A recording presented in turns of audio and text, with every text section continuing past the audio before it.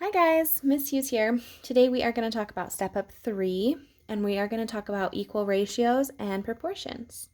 So when we talk about equal ratios, if you remember when we taught about equivalent fractions, they're very, very similar except sometimes our ratios aren't written as a fraction.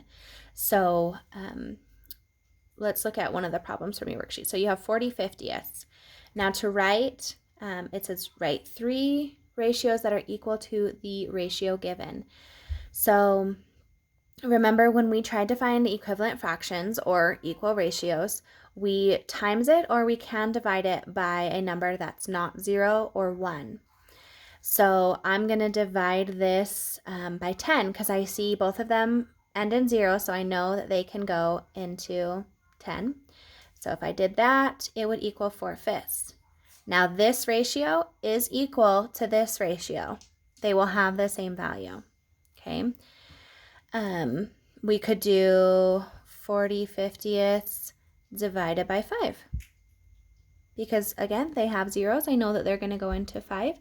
So let's see, 5 times 8 is 40. And then 5 times, 50 divided by 5 would be 10. Okay, so again, this ratio would be equal to this one. Although I feel like that's, I gotta just check my math here. Yeah, that's right. 8 times 5. Okay, so again, these ratios would be the same, have the same value. So we can also times it to find an equal or equivalent ratio. So we could times it by 10 and we could get 400 500ths. Okay, so remember when we're finding equal ratios, we're just making it either have the same value, but you can divide it by something, you can times it by something. So let's look at one more here. So if we have 1, 2, 3, 1, 2, 3, not 1, 2, 3. That's silly. This isn't written like a fraction, but we can write it like a fraction, right? 1, 2, 3.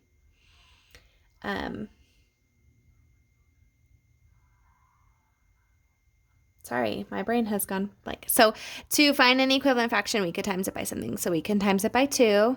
So 1 times 2 would be 2, and 3 times 2 would be 6. So 2/6 would be the same as 1 to 3 as a fraction. Okay? So that's how we can find equal ratios. We're just timesing it by something or dividing it by something to get a ratio that is equal to the given ratio, just like when we found equivalent fractions. Okay, your next part says write an equal sign if the ratios form a proportionate, and then if they don't, then you'll cross out your equal sign. So proportionate means are they equal? So we have 3 to 12, and then we have 9 to 36. So to figure out if these are proportionate, we have to say, okay, what did we do to 3 to get 9? Well, we times it, right, because we made it bigger. We times it by 3. So 3 times 3 gave us 9. Now, with 12, if we times it by 3, because we have to do the same thing to both, the top and the bottom, if we times 12 by 3, do we get 36? We would get 36. So these two ratios, they are proportionate. So you would put an equal sign there. Okay, now let's say this was, Addie, let's say this was 42. Okay, we did 3 times 3 was 9. If we did 12 times 3 and it didn't equal 42, then those rates or ratios would not be proportionate and we would put an X through our equal sign because they're not proportionate. Okay. All right. Now this one's a little bit tricky too. Let's see. We are using the same process, I guess I should say, as the last one. So we have 8/9, and then it says equals what? 36. Okay, so then you have to figure out, okay, what goes here? What are we referring to? How many goes on the top? So we have this number on the bottom, so you can say, what did we do to 9 to get to be 36? What did we times it by? We know we're timesing because it got bigger. So we times it by 4 to get 36. So we do the same thing with the 8. We times that by 4. So 8 times 4 would be 32. And then that would be your answer there, 32, 36. Okay. Same with the other ones on there. You're just like trying to find that missing link. So let's do one more of those because I think they are a little tricky sometimes. So it says, I'm doing number 15 if you did know. It has an empty box. 2, 7 is equal to 9 21s. So same thing. We got bigger here, so we times it by something. What did we times 7 by to get 21? We times it by 3. So then I'm going to take 9 and times that by 3. And 9 times 3 would be 27.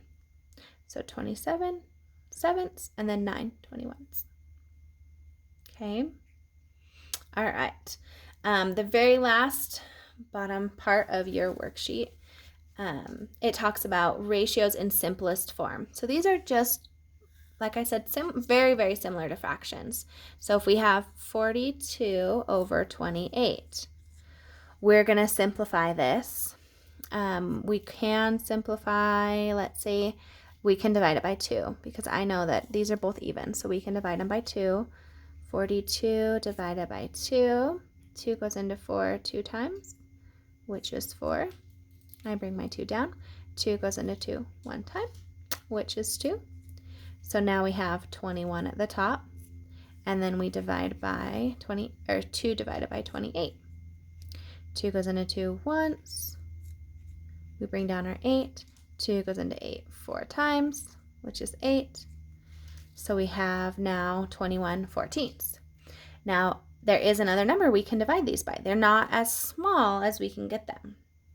So we're going to divide them again. We can divide both of these by 7 because 7 goes into 21 and 14. So 21 divided by 7 would be 3, and 14 divided by 7 would be 2. Okay, so then the answer for number 16 on that one would be 3 to 2 as the ratio for that one. Okay. Hopefully this helps you guys. If you have any questions as you're working throughout the day, please let one of your teachers know. We are always happy to help. Okay, have a good rest of your day.